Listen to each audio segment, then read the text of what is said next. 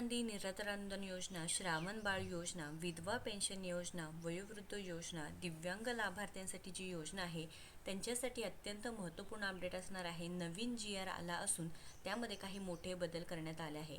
नवीन पात्रता यादी, कागदपत्रे, नियम ही सगळी माहिती आपण या व्हिडिओच्या माध्यमातून पाहणार आहोत. कारण नवीन शासन निर्णयामध्ये जे पुढे जाऊन सुद्धा जे लाभार्थी असणार आहे त्यांच्या निकषात सुधारणा करण्याबाबत हा शासन निर्णय असणार आहे. पुढे जाऊन तुम्हाला जर योजनेचा लाभ मिळवायचा असेल तर नक्कीच या नियमाचं पालनसुद्धा करावं लागणार आहे. त्यामुळे लाभार्थी मित्रांनो नक्कीच व्हिडिओ महत्त्वाचा आहे, त्यामुळे व्हिडिओ शेवटपर्यंत पाहायचा आहे. योजना तर चॅनलवरती नवीन आहे किंवा अजूनही सबस्क्राईब केलं नसेल तर पहिल्यांदा सबस्क्राईब फॉलो करून घ्यायचं आहे. तर शासन निर्णय तुम्ही पाहू शकता.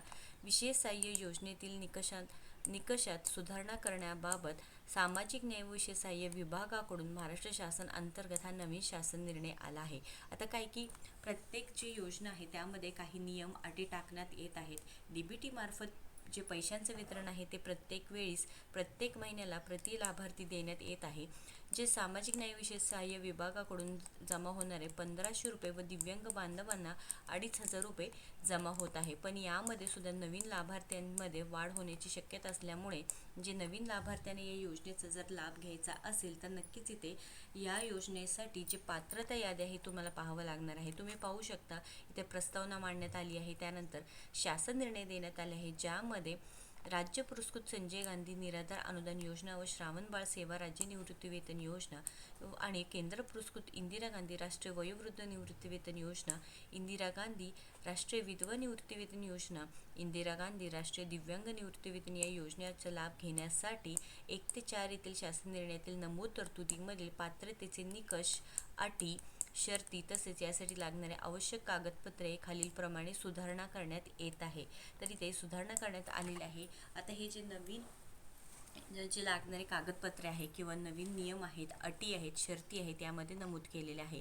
त्यानंतर इथे सांगितलेलं आहे की संजय गांधी निराधार अनुदान योजना, श्रावण बाळ सेवा राज्य निवृत्तीवेतन योजनेतील दरमहा 1500 इतके अर्थसहाय्य देण्यात येते. तसेच दिव्यांग लाभार्थ्यांना 1500 वरून 2500 रुपये इतकी वाढसुद्धा करण्यात आलेली आहे. तरी ते योजनेसाठी पात्रतेसाठी लागणारी जे काही माहिती व कागदपत्रे देण्यात आले आहे ज्यामध्ये अर्जदाराची माहिती आहे, अर्जदाराचा पत्ता आहे, योजनेविषयी माहिती आहे, बँक खात्यातील तपशील असणार आहे. तरी ते अर्जदाराची माहितीमध्ये अर्जदाराचा आधार क्रमांक लागणार आहे ज्यामध्ये श्रीमती अर्जदाराचे पूर्ण नाव इंग्रजीमध्ये, मराठीमध्ये, त्यानंतर जन्मतारीख, वय, लिंग, त्यानंतर मोबाईल नंबर, अर्जदार दारिद्र्य रेषेखालील आहे का नाही, अर्जदाराचा व्यवसाय काय, ही सगळी माहिती ते देण्यात येणार आहे. आता पुढे जाऊन निकषांमध्ये खूप जास्त इथे काय असणार आहे की स्ट्रिक्ट पद्धतीने चेक केलं जाणार आहे. तुमच्या जर उत्पन्नामध्ये वाढ झाली असेल तर तुम्हाला इथे अपात्रसुद्धा करण्यात येणार आहे. अर्जदाराचा पत्ता असणार आहे ज्यामध्ये जिल्हा, तालुका, गाव, पिनकोड, उपविभाग, प्रभागी, शहरी, ग्रामीण ही सगळी माहिती असणार आहे. योजनेविषयी माहिती असणार आहे.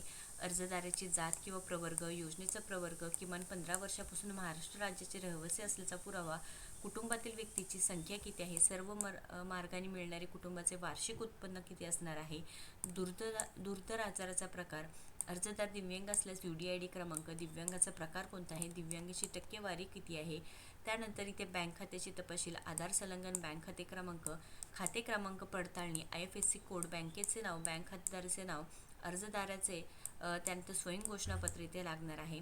त्यानंतर विशेष सहाय्य योजनेतील पात्रतेसाठी खालीलप्रमाणे कागदपत्रे आवश्यक राहणार आहे. आता ही संपूर्ण माहिती काय असणार आहे बघा, ही अर्जदाराची माहिती व तपशील आहे. त्यानंतर इथं काय असणार आहे की विशेष सहाय्य योजनेतील लाभार्थ्यांना जे कागदपत्रे लागणार आहे त्याची पूर्णपणे इथे माहिती असणार आहे ज्यामध्ये ओळखीचा पुरावा आहे, ज्यामध्ये अर्जदाराचे आधार कार्ड किंवा महारोहे जॉब कार्ड लागणार आहे, अर्जदाराचा पत्ता, रहिवासी दाखला किंवा रेशन कार्ड लागणार आहे, अर्जदाराचा वयाचा पुरावा लागणार आहे, जन्म प्रमाणपत्र किंवा शाळा सोडल्याचा दाखला, अर्जदाराचा उत्पन्नाचा पुरावा, उत्पन्नाचे प्रमाणपत्र, तहसीलदार दारिद्र्य रेषेखाली प्रमाणपत्र, पॅन कार्ड हे सगळं लागणार आहे. अर्जदाराचा पत्ता, आधार कार्ड व्यतिरिक्त काय लागणार आहे, मतदान कार्ड किंवा आदिवासी प्रमाणपत्र किंवा रहिवासी दाखला, पात्रतेबाबत पुरावे सुद्धा इथे लागणार आहे ज्यामध्ये अर्जदार दिव्यांग असल्यास UDID कार्ड, पतीचे मृत्यू प्रमाणपत्र, घटस्फोटाचा पुरावा, अनाथ प्रमाणपत्र, त्यानंतर ही सगळी कागदपत्रे इथे लागणार आहे. आणि विशेष म्हणजे इथं काय आहे की विशेष सहाय्य योजनेतील पात्र लाभार्थ्यांना